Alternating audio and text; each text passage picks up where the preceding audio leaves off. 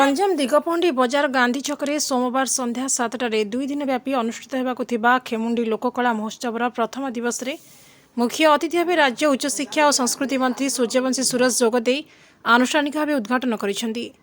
Digapahandi NAC अध्यक्ष प्रफुल्ल पंडा सभापतित्व में आयोजित सांस्कृतिक सभा और पूज्य पूजा कार्यक्रम में भारतीय शांति मैत्री और सहयोग समितिर जिला सभापति हरप्रसाद रथ संयोजना करते। दिगपहंडी विधायक तथा महोत्सव कमिटर अध्यक्ष डॉक्टर सिद्धांत महापात्र, छत्रपुर विधायक कृष्णचंद्र नायक, दिगपहंडी एनएसी अध्यक्ष प्रफुल्ल पंडा, कुकुड़ाखंडी ब्लॉक उपाध्यक्ष विष्णुप्रिया पात्र समेत एनएसी काउंसिलर वृंद सम्मानित अतिथि भाव मंच आसी नथिले। सभारे स्वतंत्र अतिथि भाव जोग देइतिबा प्रहलाद राजा नाटक गुरु तथा निकटरे राष्ट्रपति पद्मश्री उपाधि पाइथिबा पद्मश्री सीमांचल पात्र को महोत्सव कमिटी पक्षरु सम्मानित करबा सह दिगपहंडी विधायक तांका पाद प्रक्षालन पूर्वक गुरुपूजन करथिले। लोककलार प्रचार प्रसार सह खेमुंडी माटीर ऐतिह्य को स्वतंत्र परिचय प्रदान निमंते महोत्सव आयोजन करा जायछि बोली महोत्सव कमिटीर अध्यक्ष तथा दिगपहंडी विधायक सभारे कहिथिले। सभारे मुख्य अतिथि राज्य संस्कृति मंत्री तांको उद्बोधन रे खेमुंडी लोक महोत्सव समग्र राज्य पई उदाहरण सृष्टि करिछि। गंजाम जिले में 400 रु अधिक श्री जगन्नाथ मंदिर रही। तत्कालीन खेमुंडी राज्यर राजधानी दिगपहंडी श्री जगन्नाथ संस्कृतिर आदिभूमि थिला बोली से कहिथिले। दिगपहंडी रे सन्थ अरखित दास, कविसूर्य बलदेव रथ भली बहु विशिष्ट व्यक्ति जन्मग्रहण करी ओडिशार कला साहित्य संस्कृति को रुद्धिमंत करथिले। राज्य सरकार कला और संस्कृतिर सुरक्षा पई बद्धपरिकर बोली कहिथिले।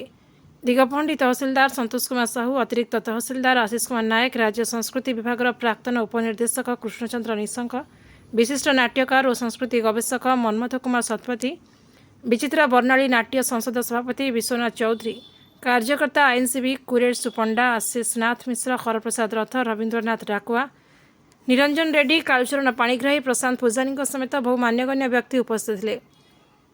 शेष में महोत्सव कमिटीर संपादक आलोक विषयी धन्यवाद अर्पण करते। शेष में विभिन्न रंगारंग सांस्कृतिक कार्यक्रम परिवेषण करा जायतिला।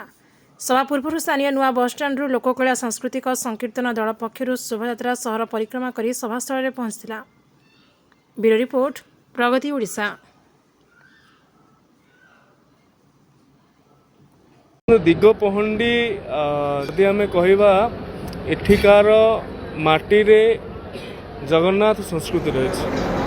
गजपति मूल वंशज हेले एठिकार राजा ये गोटे वाणिज्यिक पेंठस्थली थिला।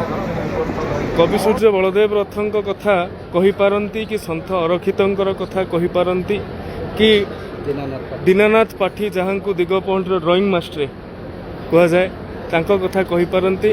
पूज्य पूजा कला प्रतिभा रे भरपूर ए अंचल बोध हुए माँ सरस्वती आशीर्वाद अच्छी माटी प्रति जो बाणीपुत्र माने प्रत्येक थर जन्म ग्रहण करुँचे माटी धन्य होईची पद्मश्री को लाभ करी।